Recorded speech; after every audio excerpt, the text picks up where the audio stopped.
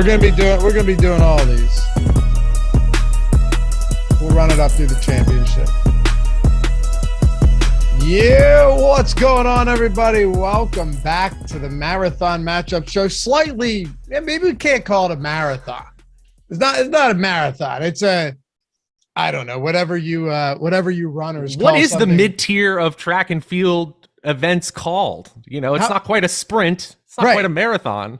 What's a how many what is it like?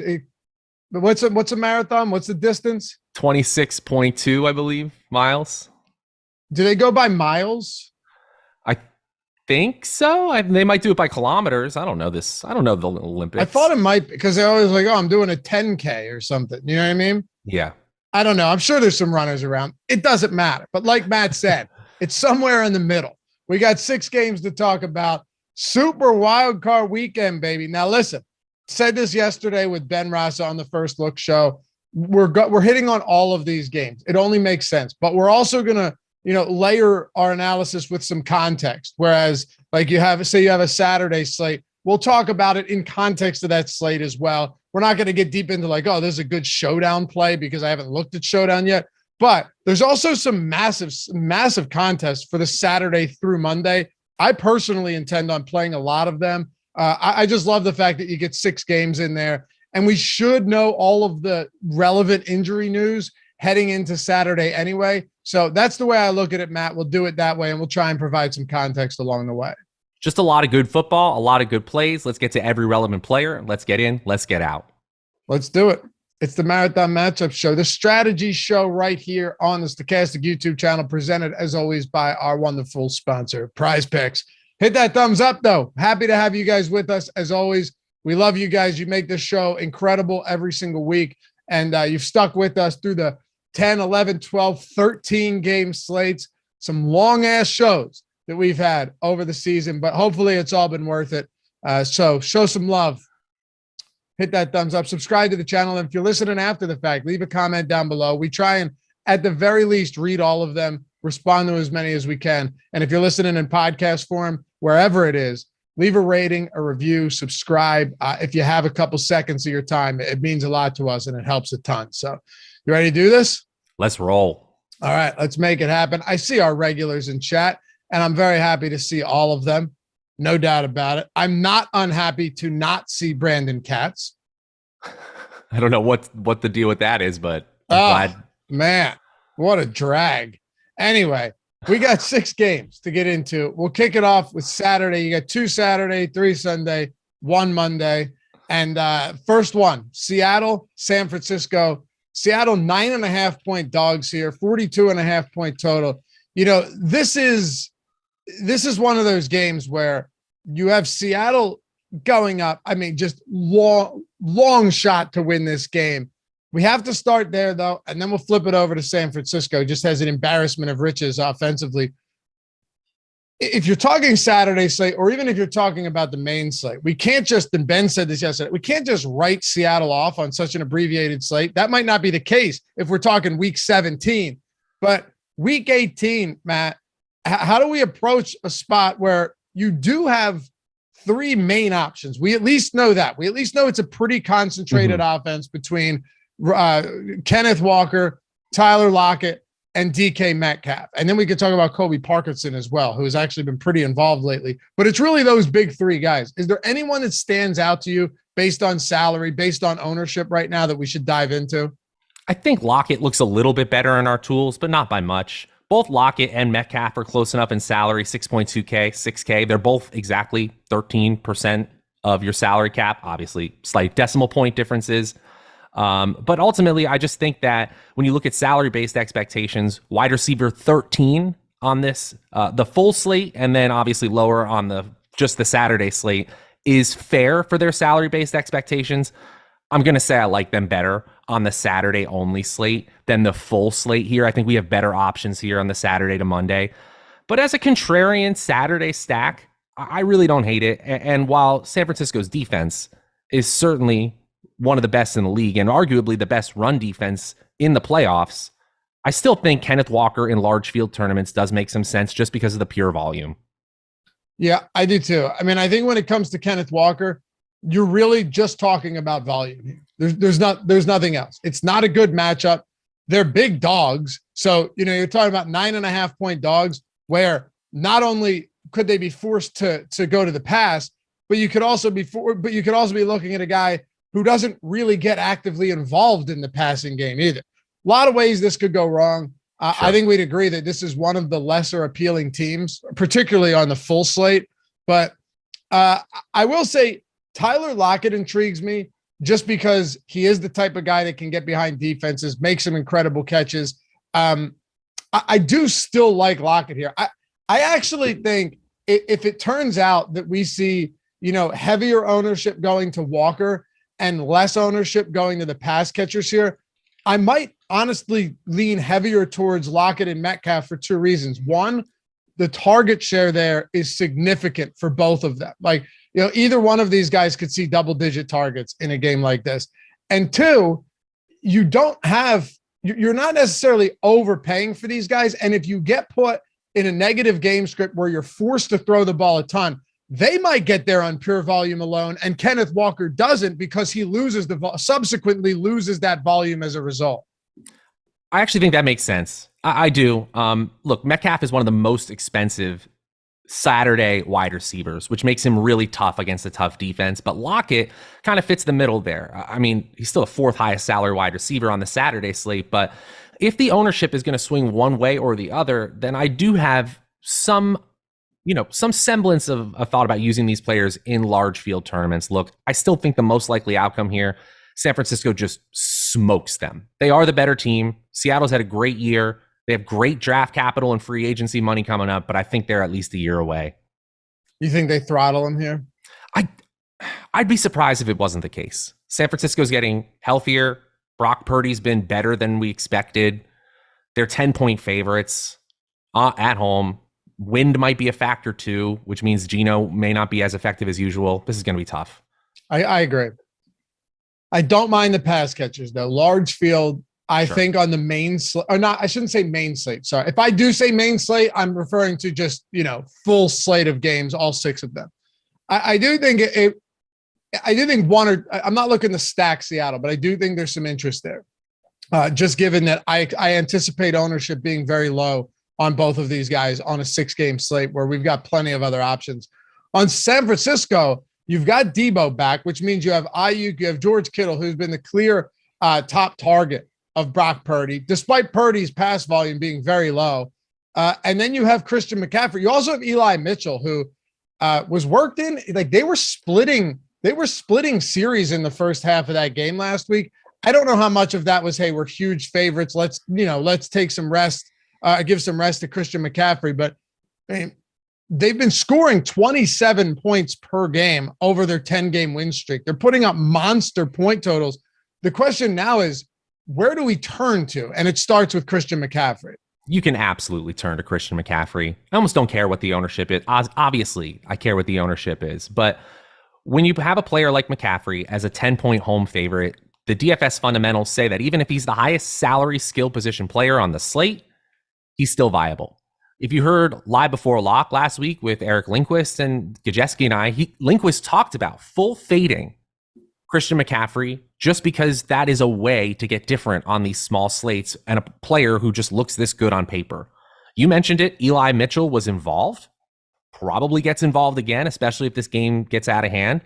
And we also have the issue where Ayuk, Kittle, and even Deebo Samuel now back could take away from Christian McCaffrey, making that tough 8.9K salary tough to swallow in many of these scenarios when we sim it out. John said, if I pay down at running back, I can get Jefferson, Chase, and Diggs in the same lineup. Right. That's actually no, John, that's not crazy at all. Yeah. Again, I think McCaffrey's still a fantastic play here, but there are different ways that this team can get it done. We know that. Like McCaffrey can go out there and have a 21, 22 fantasy point game that still doesn't get you there. That very much in the range of outcomes, Matt. So no, I don't think that's crazy. I mean, obviously I like Christian McCaffrey a lot here. I anticipate him being very involved in a postseason game. This is one of the reasons they brought him on. I don't think Mitchell does it. Listen, Mitchell only played 10 snaps. It's just when he was on the field, he got work. McCaffrey can kill you from all angles. And the thing with Kittle, the Seahawks have allowed the second most yards to tight ends this season, 14 yards per reception to tight ends this season. Pretty remarkable. But with Kittle, you very likely aren't getting there on volume. Like, you have to get there on efficiency. He did that against Seattle with 2 big touchdown receptions, run after the catch against them earlier in the season. But with Kittle, essentially with anyone, I think it's fair to say in this offense right now, you have to get there on efficiency and not on volume. I think that's fair when you have this many quote unquote mouths to feed, McCaffrey being the safest of it. Kittle is still up at 4 fantasy points over expected per game over the last 7 weeks. Ayuk is up at 0.3 over expectation. So he's the one at 10.5 expected fantasy points who's actually scoring where we would expect him to be. But then you've got Deebo Samuel in the mix. And look, his salary is still kind of down because of the expectations based off injury. What if he's just good to go? That's really intriguing to me. He just needs 17 points for a 3x score. So he could be a value play and a ceiling play, depending on what category you want to put him in.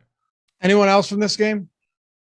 Jawan Jennings in a large field tournament, 49ers D, just because they're at home and they're favored by 10. Are you rocking the Awesemo shirt today too? I am. Look at that. Look at that. The that. legacy Good gear. Stuff. Little throwback action here. CW89. Yes, Matt, feed the fish. I want all the CMC.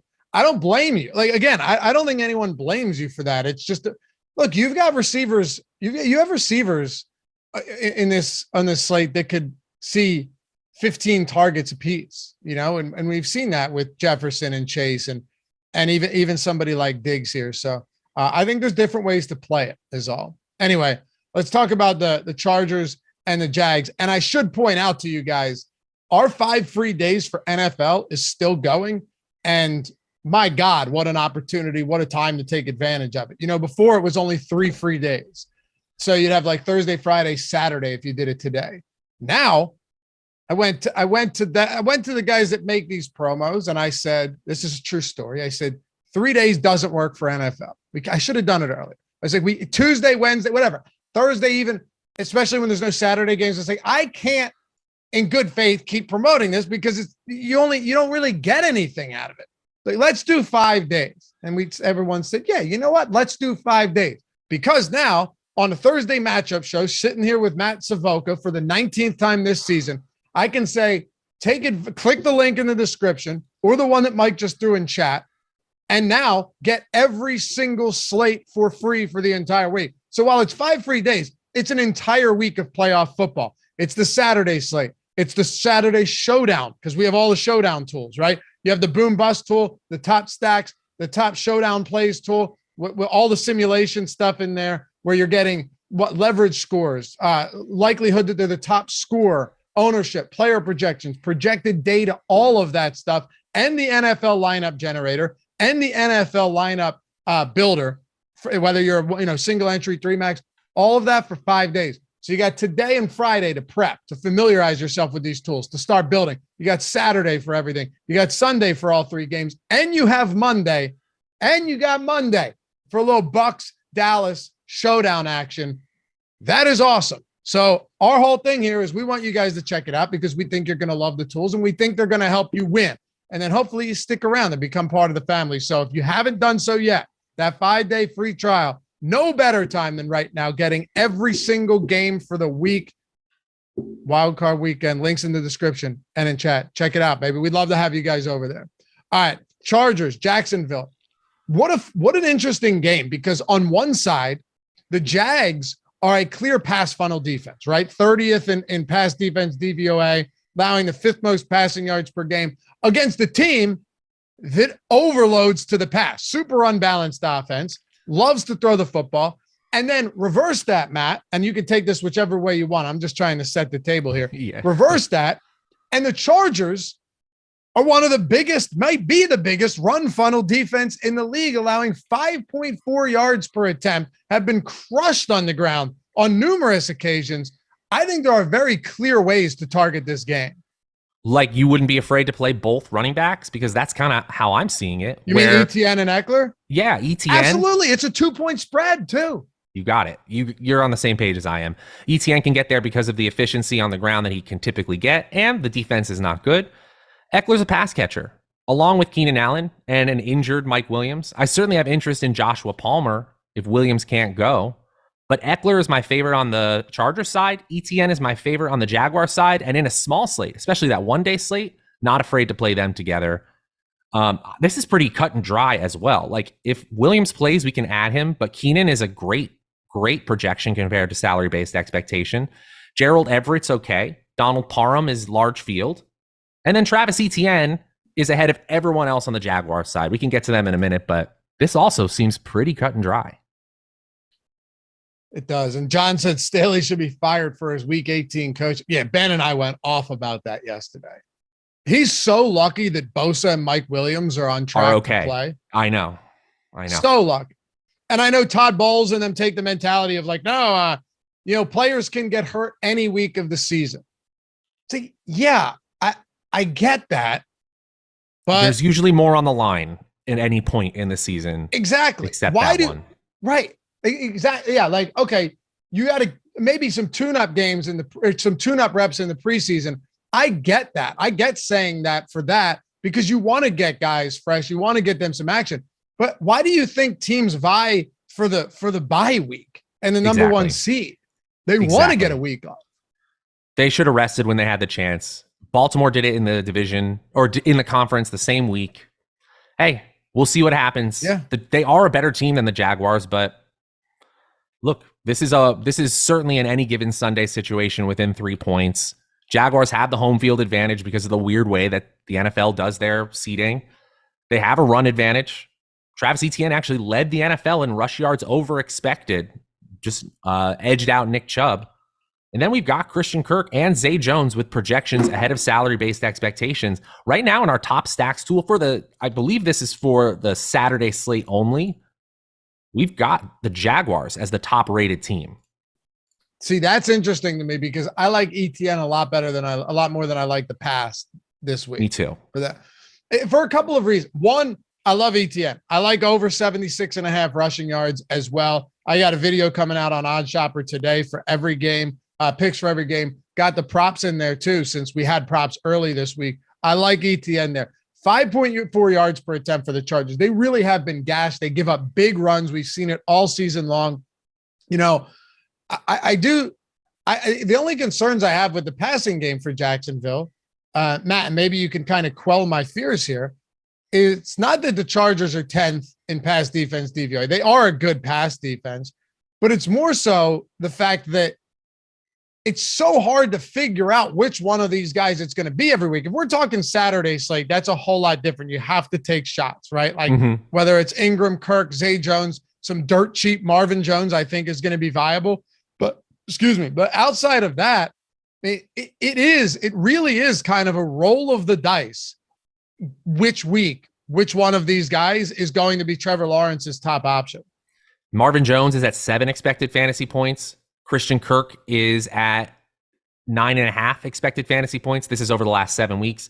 Zay Jones is at 12 expected fantasy points. So if you want to look at expected fantasy points and say who the wide receiver one is, it's not even Christian Kirk.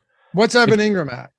Ingram is down at 8.9, just below Christian Kirk.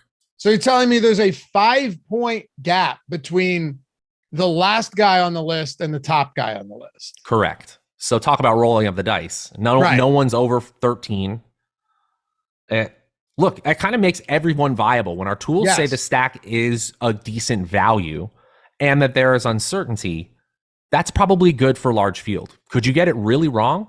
Hell yeah, but that's why it's a large field tournament lineup and not a cash or small field lineup. I do think it's worth taking shots in the passing game. You can't get me away from ETN as the better play out of any of these top 4 receivers. I'm with you. But I also agree that, taking shots, plus it's a 47.5 point total game. It's, essentially tied for the highest total with the Giants in Minnesota. So you could see a lot of points here. I'm also not confident. Trevor Lawrence really did not look great last week at all. That was weird. Thank God Josh Dobbs started because Tennessee, I think if that's Tannehill, Tennessee gets a win there. I really do. I think so too. I do too. Right? Like, I don't think the offense could have scored. That defense score saved them. Exactly. And the dialing up the pressure to get to Dobbs, forcing those turnovers late was the only reason. And they still didn't cover. That was a 4-point game. Lawrence missed, who was it? Kirk in the end zone? Zay Jones wide open. Zay Jones, corner. Yeah.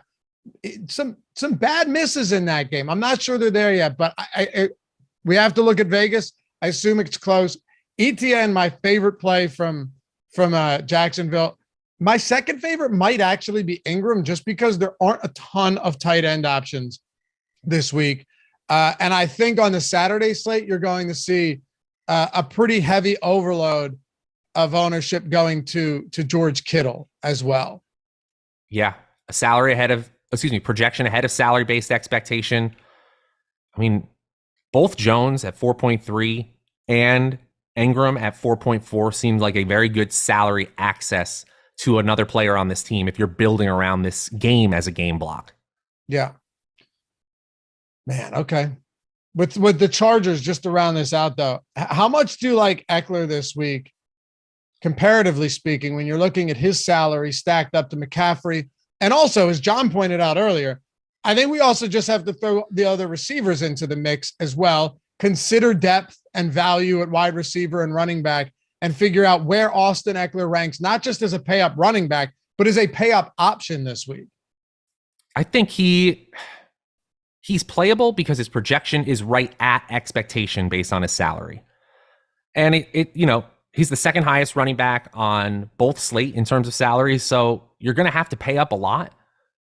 It's just that we need like a 25 pointer. We need like a 25 to 28 point score to feel really good about getting to him.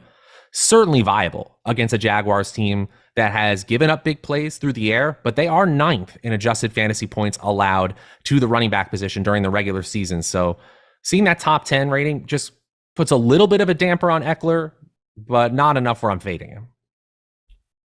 Our producer, Mike Lawrence, saying last time Doug Peterson had a quarterback playing poor and backing into the playoffs was 2017. Mike, don't you dare try and compare this Jags team. Don't you dare try and compare this Jags team to the Philadelphia Eagles in 2017. Come on. That was a good team. I'm not saying the Jags aren't good. But yeah, it did. It did. And that's not even a homer take. That's a homer take from you because you still love Doug Peterson is what it is.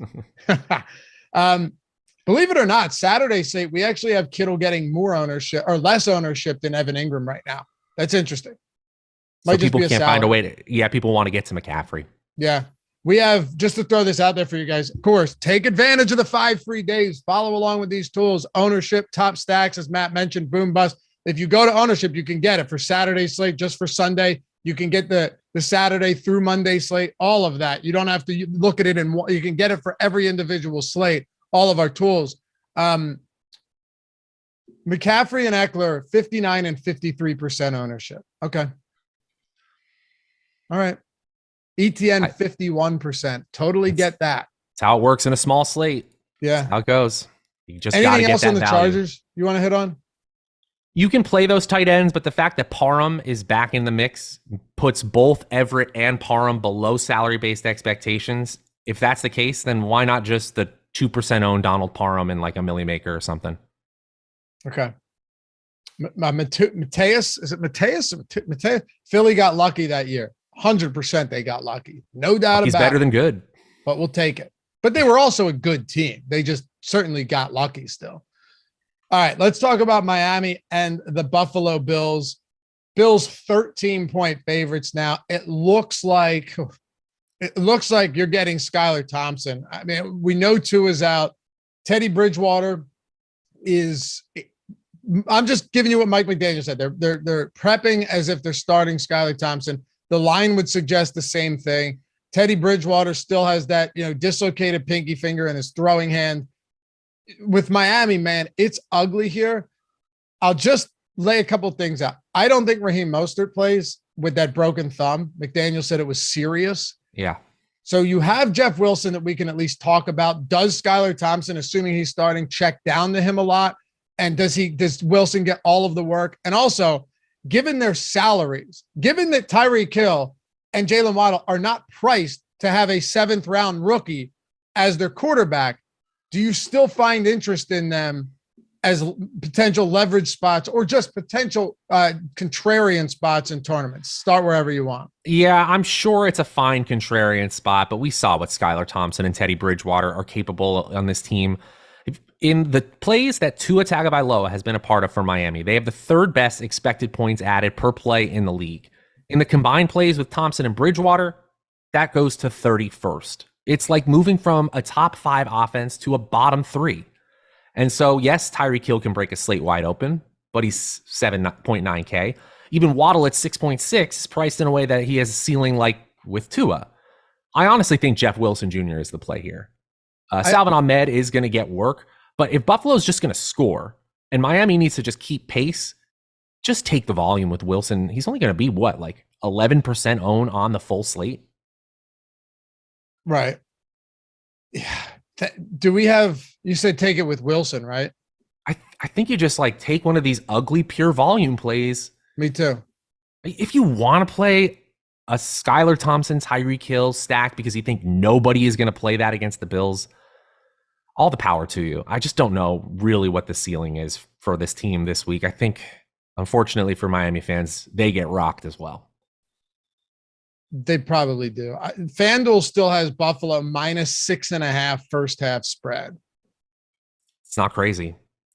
I mean, I love that. I love Buffalo laying 6.5 in the first half. Absolutely love it. I think that's a great spot to get to. It's mostly Wilson for me. The only thing I'll say is Mike Gesicki has been oddly a clear top target for Skylar Thompson.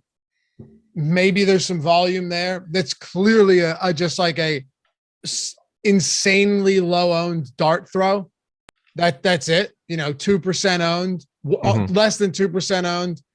And maybe they have to go pass heavy in a spot like this.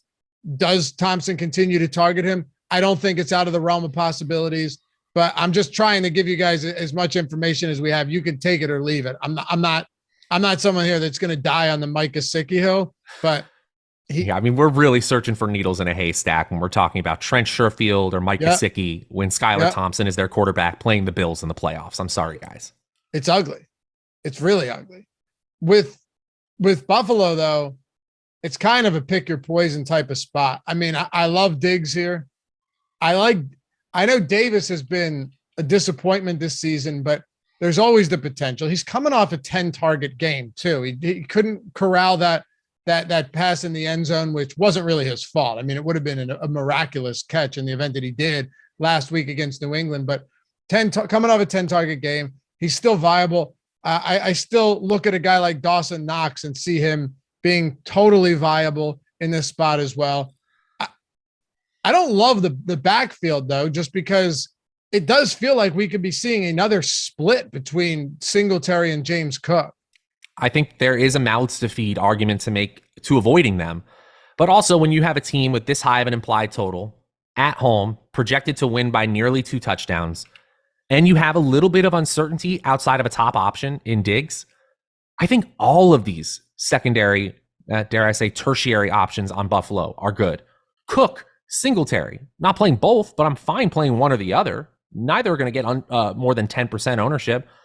Gabe Davis, I think his ownership is fair too, as is his salary. And then when you're talking about a Buffalo team, different than Miami and Skylar Thompson's weapons, I am fine going to an Isaiah McKenzie or the aforementioned Dawson Knox. Certainly thinking about the Bills defense, who has a good chance of being the top scoring defense against whatever quarterback Miami trots out. But I actually like the uncertainty outside of Stephon Diggs. Good for double stacks, good for unique stacks, and good for game stacks overall in this one. All right. I'm very much looking forward to getting through some of these to some of these other games to see where you're coming in on them. Because John actually kind of on the same wavelength as me today, talking about, and Benny said, John, just a heads up, you have too many similarities to my leans. Yeah, that's why I was going to say, John, and Benny, you as well. I guess all of us, ownership is going to play a big role here on a lot of things just based on how we intend on playing them. But John said he likes Leonard Fournette. at a cheaper price than Singletary. So do I. I'm honestly blown away by the $5,300 price point on Leonard Fournette this week. So we'll get there. It's the Monday night game. What's that? I mean, that's kind of a firm yes for me because White's been phased out as of late. And who knows what that passing attack's going to look like. We'll get there. I'm excited for that game. Like, me too. What if Brady and company actually do come in and just like, oh, there they are. I've been saying that for like 2 weeks now, that they've just like, they have an on switch that no other team, because they don't have Tom Brady, that can possess. Look, we saw it against Carolina in one half. It just looked like Brady and Evans turned back the clock like 5 years.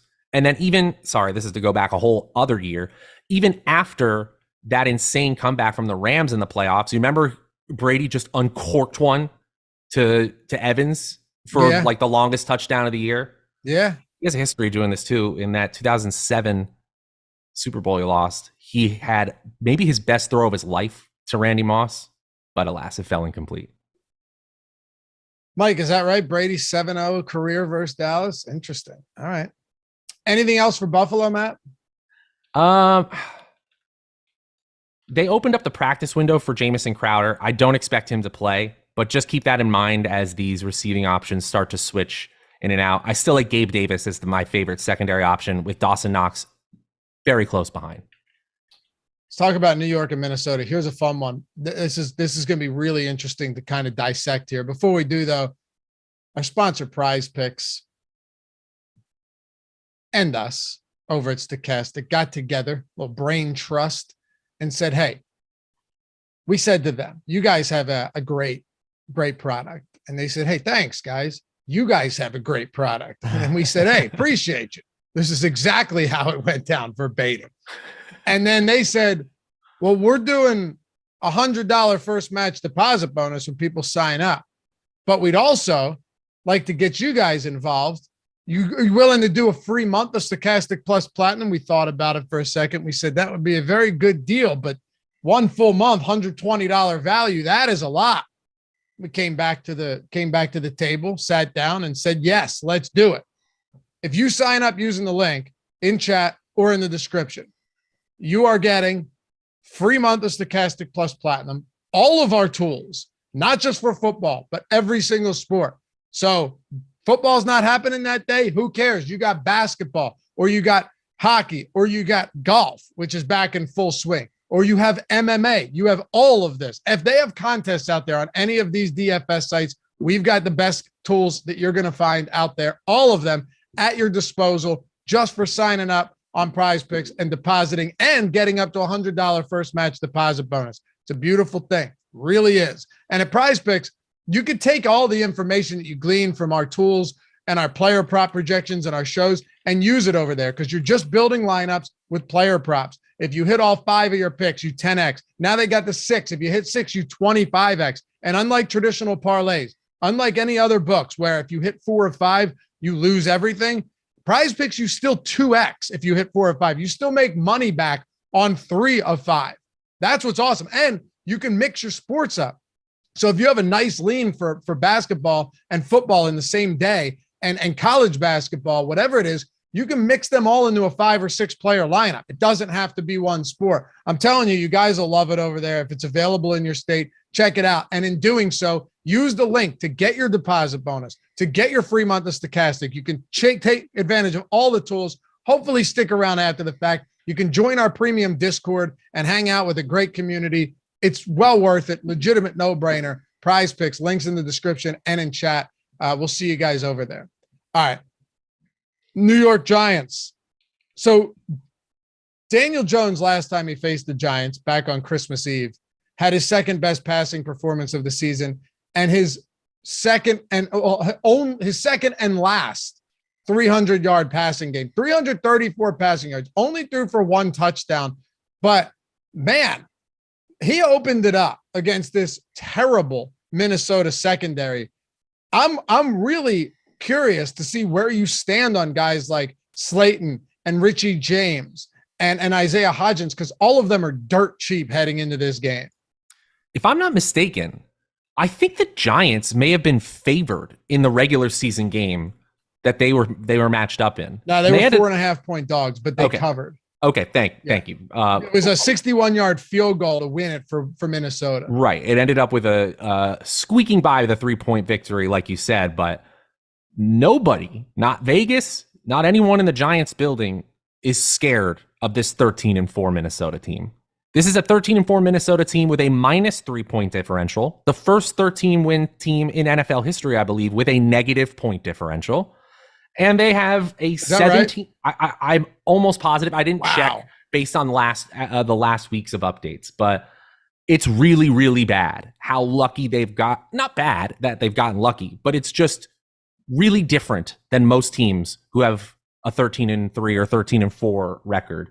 And if you look at the coverage grades on something like PFF, they're just pretty mediocre, league average all over the place. I just don't know how you win like that. I guess they have an overall grade on PFF up to 4th, but that's really because of the line. I'm not crazy about Saquon, but I'd play him, and I would take chances on the Slaytons, Hodgins, and Richie Jameses of the world. I'm like we said, we're just not scared of this Minnesota D. No, not at all. I mean, I think you can one-off here. You can stack. You can play it however you want. I probably like some of these single stacks a little bit better, just because if Daniel Jones is, using his legs, that'll make things a little interesting. But we saw the Millie Maker winner back in week 16, I think it was. Yeah, was it 16? Yeah, back in week 16 had a full onslaught of this game. It was 6 different players from this game alone. I don't anticipate that being a case again this week, but whether it's Barkley, Hodgins, Slayton, James, Daniel Jones, I really think you can kind of pick any direction you'd like with this game. The Vikings defense is unimposing. As you said, nobody's afraid of them right now, and they shouldn't be. I think one interesting way to play it, if you're going to game stack this and you want access to the top tier Minnesota players, well, some of them at least, I think you could go Daniel Jones, Saquon Barkley, and say, okay, this game is going to be pretty high scoring and close. Let me encapsulate all of the quarterback and running back likely scoring from this team. Only field goals kill me on the New York Giants side. And then we know who to grab on the Minnesota side to capture a majority of their scoring as well. So you get more rushing upside than you would with Kirk Cousins, but you can still game stack around Minnesota being the high flying offense we know they can be. For sure. Do you have any preference between the 3 receivers from this team? I actually think from a value standpoint, we can't forget about Daniel Bellinger, who has a pretty solid floor and needs I think he's 3K. So if you have a 9-point score, like a catch in the end zone, you're done. You've had a value game from him. Slayton is still my favorite. If you wanted to go to an Isaiah Hodgins in a large field tournament, his projection is ahead of salary-based expectations. Slayton much more so. Okay. Yeah, I was just looking over the last, 3 weeks here for the New York Giants just to see, because things had kind of begun to take shape a little bit there. I know they actually changed the offense up to more of a West Coast offense because they started to, that team was really sliding for a while. Teams had figured them out. When you have an anemic offense with limited weapons, that can happen. But yeah, over the last 3 weeks, I'm not including last week, James, 26% target share, Barkley, 23, Hodgins, 21, Slayton, 17. All of these guys are in the same ballpark. It's similar to Jacksonville, right? Whereas, Jacksonville's receivers are better, but they have a tougher matchup and they're more expensive. In this spot, it's like they're all dirt cheap and they have a phenomenal matchup, even if they're not great. So I want to get pieces of all of these guys this week. Go ahead. I was just going to say that the Giants have a higher implied total, the same percentage of implied points in their matchup. And honestly, it's the second time through against this team. I think they've got a shot here offensively. Sure. What do you want to do with Dalvin Cook? He's playable. He's playable on the full slate or the Sunday slate, but that same rushing yard over or under expected metric, nobody really looked worse than Dalvin Cook this year. Still getting decent volume, still capable of breakaway runs, but over the last 7 weeks, he's at minus 2.5 fantasy points below expectation.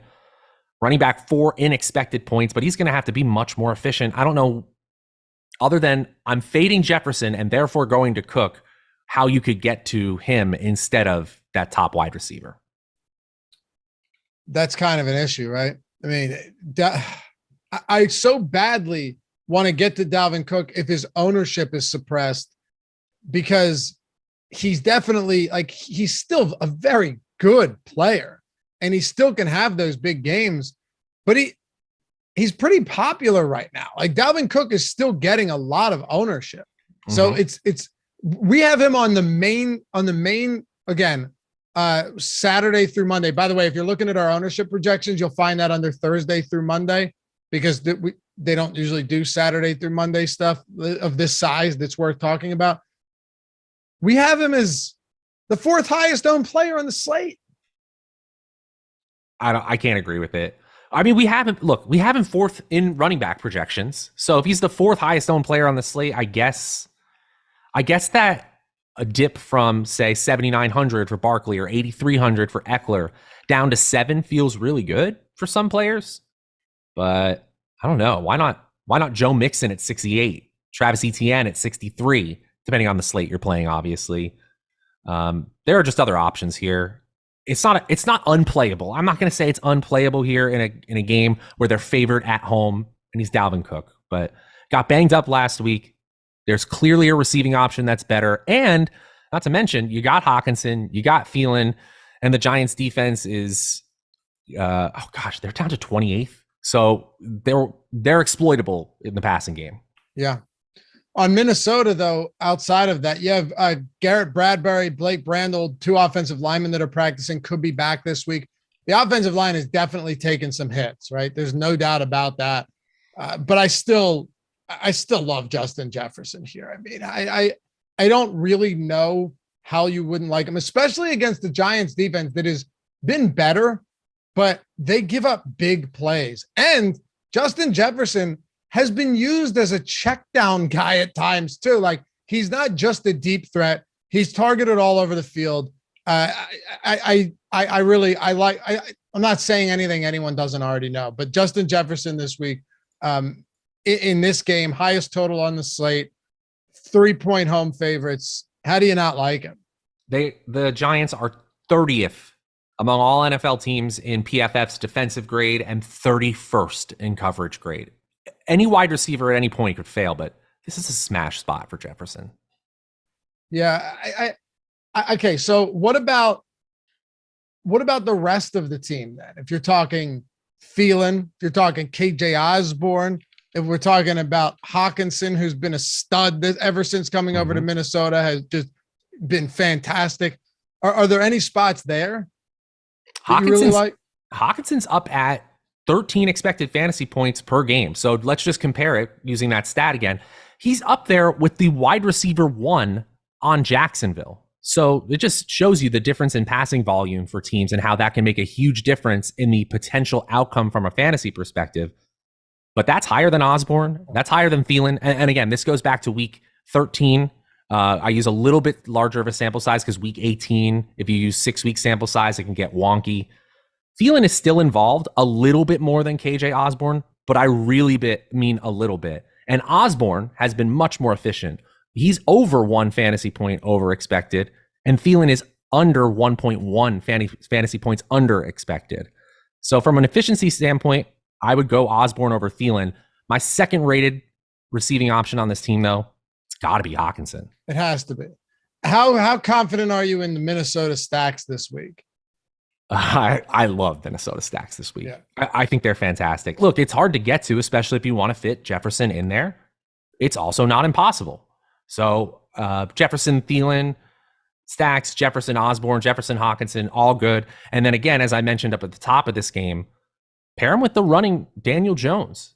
Try to add Saquon Barkley in there if you don't go to the highest salary Vikings. I think there's a lot of ways to play this. I think a ton of offensive potential is a part of this game. For sure. And it's not that hard to game stack, though, because Cousins is sub 6K. You're paying for Jefferson. Hawkinson's whatever. But then you're throwing in a 1 or 2 cheap wide receivers for the Giants. And you could even – it's definitely doable. There's no doubt, especially with some of the value that we have at running back, at wide receiver.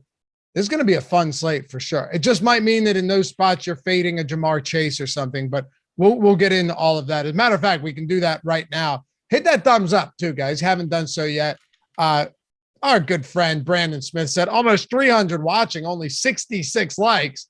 Let's hit that thumbs up, guys. Show the love. Yes, one of those likes is mine as well. So, and one's mine too. And one's yours. So let's see what we can do here. If you haven't done so, atone for your sins. Wash yourself clean of that filth. You'll feel better, I promise. But in all seriousness, it helps us a ton. Hit that thumbs up. Subscribe to the channel in the event that you've yet to do so. Baltimore, Cincinnati. All right. It's probably going to be Anthony Brown this week.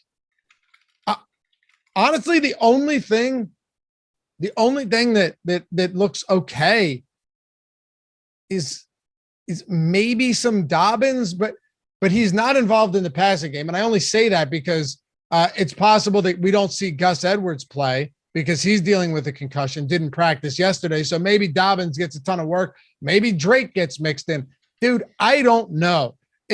If it was last week and, no Andrews and you had Isaiah Likely, sure. Isaiah Likely was a great play last week at that price point. This team might score 10 points this week. We can make some sort of conversation point about the extra game in the regular season, but doesn't it feel like over the last few years in the wild card weekend, there are simply just 2 or 3 teams who, because of a quarterback or because of injuries, they've just kind of lost the war of attrition. This Baltimore team just might be that team this year. No Bateman. No Duvernay, no Lamar Jackson, obviously. J.K. Dobbins is Luke Skywalker. He's their only hope because I guess Mark Andrews is back. That's good, but I don't know how Anthony Brown is going to look throwing him the ball against a Cincy defense that is okay, but good enough to stop one tight end. Yeah. Look, I know Baltimore tried to do a little gamesmanship last week and bench everybody to try to hide some things close to the vest. I think Burrow and company are simply a Super Bowl caliber team facing a team that's beat up, banged up, and ready to lick their wounds over the offseason. Figure that thing out with Lamar Jackson because I bet if he were paid, he'd be playing. Just saying. You think so? I think it's a non-zero chance that if he were paid, he'd be playing. Is that fair to say? Yeah, sure. It's just weird. They expected this to progress a lot quicker than it did. There's no doubt there. And who knows? Only he knows how he feels. It's tough to say, but it's an ugly spot here. And I think this is just a low scoring game in general. You say Mark Andrews is the only hope, really, or J.K. Dobbins on offense. Yeah. The only hope outside of that is guys like Roquan Smith in this defense because they held the Bengals to 3 points in the second half. It's also possible that Zach Taylor's like, we're going to take our foot off the gas a little bit here. It's the second time we face this team. We might face them again next week. That's possible. Jamar Chase, always a stellar option, massive target share. Joe Mixon, though, they have just really struggled to get anything going on the ground. Baltimore's defense continually has improved throughout the season, particularly after the deadline when they picked up Smith. I like Jamar Chase, of course. I don't know how much I love this Bengals offense as a whole. Maybe I should like them more, though, because maybe the public sentiment is in agreement with me. Maybe I should like Cincinnati more in the event that they throttle Baltimore. So I think if I was looking at the top stacks tools correctly, this is just for the Sunday main slate. The top stack probability for this team is, I believe, third. Yeah, it's third. But their rating score is tied for first. So we might have a little bit. Yeah, I'm seeing a couple 100 overall scores. So we'll get that sorted out. But still, they're up there, even though they're a third in probability, with the very best stacks on the Sunday slate. And you all know why. Because you have Chase, you have Higgins. Both players are right at salary-based expectations. In fact, T. Higgins is a little bit above salary-based expectations, only needs like a 19, 20-point score to be a 3x value play. And we know that a 25-point score isn't out of the question here. Baltimore's defense is definitely better than it was to begin the year. Roquan Smith really helped things. They're slightly above average against opposing wide receivers when you look at the whole league. They're 8th in adjusted fantasy points allowed, a little bit tougher against the run. Still, if this is a put-away game for Cincinnati, which is my most likely outcome, I think Mixon truly is the best play here. Never going to tell someone that they should go away from Chase or Higgins, though. All right. For me, I like Chase the most. Probably hit Mixon second. Higgins' salary, though, is still kind of expensive, but he's not going to be popular. Maybe this is just kind of a lower owned stack on this main slate to take some shots on. I don't think it's going to be that popular. Burrow 8% owned on such a short slate. He was pissed about that performance last game too. He said he was not happy with it whatsoever. And only I have a lot of respect teams for this Baltimore defense. I do too. Yeah, sorry. Only 1 in 5 teams on the Sunday slate are going to own Joe Burrow. I think that's too low. Yeah, right. I agree for sure. Especially, yeah. How much of that is going to go to Jones, Cousins, and Allen? All of it, right? All of that outside of the Burrow ownership. People go in barbell. They want to go all the way up or all the way down, but Burrow's really good right in the middle there. I said this to Ben yesterday. He really is in no man's land this week, which on its face looks bad and hard to get to. But if that's the way that everyone approaches this, then maybe Joe Burrow is that guy in large field tournaments to say, all right, I'm going with the Cincinnati stack. And we know that this is a high-powered offense that's been firing on all cylinders. Maybe they get it done this week. Definitely possible. Put him on the not popular, but not surprising if you win someone money. Exactly. Right? No one's going to look at that and go, this idiot played a Bengals stack with Burrow and Jamar Chase, right? No one is going to do that. No. I'm sure someone will, but what a fish. Yeah. One thing that everyone would agree with that is not dumb is getting 2 free months of Stokastic plus Platinum. I already told you about the 5 free days. I already told you about the 1 month. You CW89. I was thinking that too. I already told you about the 1 free month. 2 free months. I did not tell you about that yet. And if you're wondering, like, why? It's because we want you guys to get unfettered access to all of our tools. We want you guys to be able to use all of these so you can win money. Whether you're someone that's looked at our Stokastic Hall of Fame segment and been like, I'm trying to get up there, but I grind low stakes. I can't pay for a sub right now. It's Stokastic. It's expensive. It is, but that's because the tools are so good. And there's so much at your disposal. All you need is $2 or 2 minutes of your time and $10. That's it. If BetMGM's available to you, if you're in one of those states lucky enough to have BetMGM available to you, you're literally talking about $10 and 2 minutes of your time. Click the link in the description or in chat.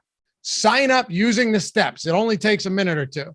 Put that $10 on any game this weekend. Put it on whatever you want. Just make sure the odds are, I think it's like sub minus 500 or so. Just make sure you're putting it on something like that. It might not matter what it is. It can't be an odds boost or whatever, but just put it on a straight bet. If that loses or wins, it doesn't matter. You get 2 months of Stokastic Plus Platinum free regardless. That is $240 value every site, every tool on our site for every single sport, including the Discord, including the lineup builder generator. I already went over all this, but understand that with BetMGM, that no matter how much your first bet is, up to $1,000, even if it does lose, you still get all of that back in bonus bets. We talk no-brainers here. Dude, if you're someone that's like, I got $10, but I don't have enough to pay for that because I don't play enough money each week or each day, $10 gets you everything for 2 months. And if you lose that bet, it all comes back in bonus bets. Check it out. Links in the description and in chat. BetMGM. Now let's wrap this up with Tampa hosting the Dallas Cowboys. I'll tell you what, Matt, I think Tampa as home dogs wins this game. And I have been fading Brady all season long. You're muted. Are they underdogs, man? They should not be underdogs. They beat this team 19-3. I threw it in the Discord at 3. I was like, hit this. And now it's at 2.5. So it fell below a field goal. A lot of football has been played since week 1, but a team that we know now had a lot of warts on their profile, looked just fine against this Dallas team. And you can say that Dallas has improved as well over the course of the season, finished with a respectable 12-5 record and the number 2 defense in the NFL. We said it earlier. I've said it in previous matchup show. I believe that Tom Brady, Mike Evans, Chris Godwin and company, they might have an on switch. They might have an ability to turn up on a dime in a way that most football teams cannot. I could be wrong. Like the last game for Tom Brady against as a Patriot in the playoffs, he got pummeled by a Titans team that just completely overran him. Sometimes it looks ugly at the end, but I don't think Dallas is that team that is good enough right now to completely run over Brady and company. I think Tampa Bay puts up points. I think Fournette has a projection that looks really enticing. And yes, I'll play Dallas players, but I am not going to be playing this based on just the Vegas spread of a 2.5 point favorite for Dallas. Not playing it that way. I agree. And quite frankly, I think it's pretty hard to get to Elliott and Pollard this week. Pollard's okay. Like 6,400. Again, that's that no man's land in these smaller slates. Yep.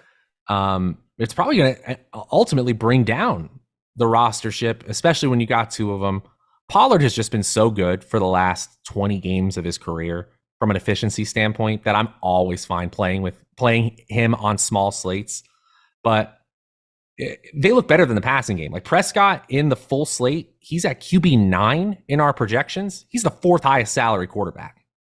CeeDee Lamb looks a little bit better, but we don't love them as a stack, which ultimately leads me back to those running backs in that mid 6K range. Would you say CeeDee Lamb among all of the, where would you rank CeeDee Lamb among Chase, Jefferson? I'm giving you like the 7,700 and up. So the real high price guys. Chase, Jefferson, Hill, Diggs, and CeeDee Lamb, those 5. Give me Jefferson, Chase, Diggs, CeeDee, Tyreek. Okay. I think that's fair. I might have Diggs second at his current price point, but I don't have any issues with that whatsoever. I think Schultz is probably fine here. Tight end position's never all that deep. And then you just have someone like Gallup that's very cheap, Noah Brown. These guys aren't very good, but on Showdown, we'll certainly be getting into that because there's going to be a lot of talk about us playing T.Y. Hilton and such, although I don't think you need to do that on the main slate. On the other side, though, Mike Evans, Chris Godwin, Leonard Fournette, I am truly, my jaw hit the floor when I saw the ownership on these guys. I think this might be for this Saturday through Monday slate. This might be my favorite team in tournaments, given if this ownership sticks. Oh, you mean Mike Evans should be more than 7.5% owned? Right? Fournette should be more than 16%.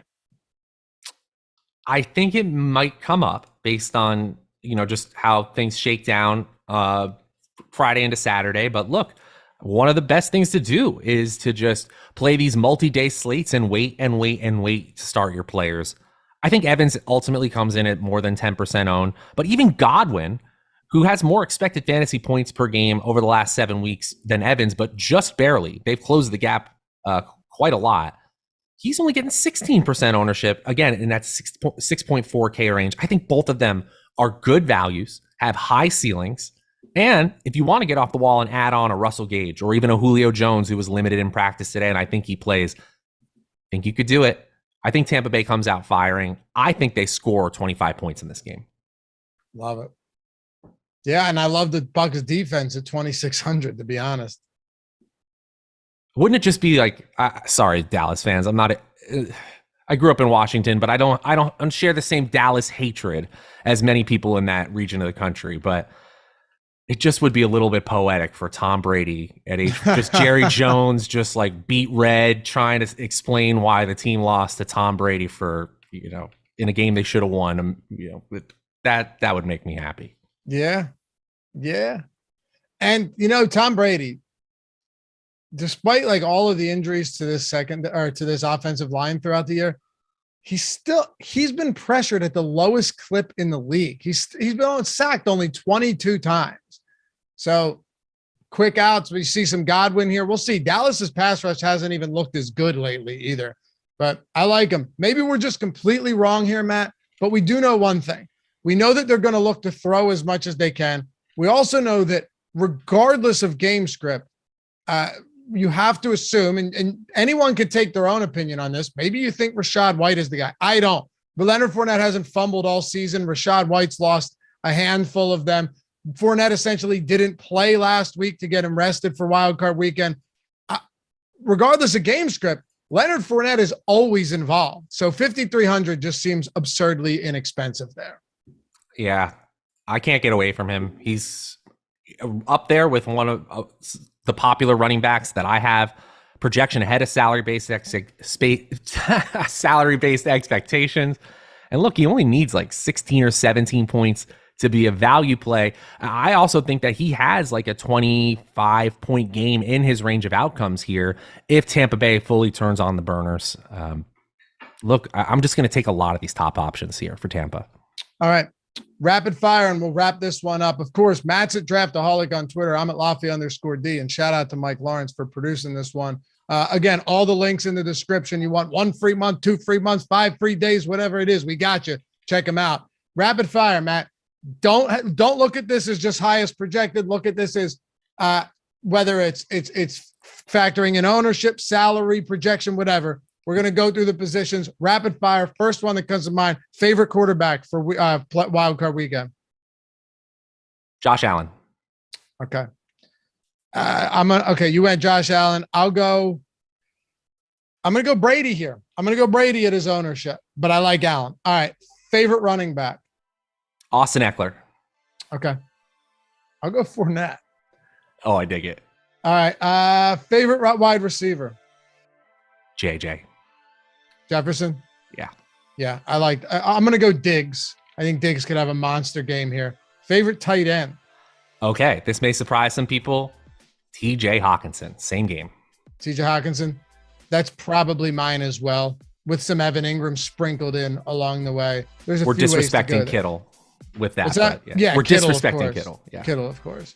Hey, appreciate you guys. This has been great. We'll be back for divisional round, championship round, all that good stuff. Until then, though, you catch us on Twitter and everything else. My picks for every game will be coming out tonight if you're into that betting stuff. Maybe you just signed up at BetMGM looking for some bets. We got you. Props as well. We'll see you back here for the next one. Peace. See ya.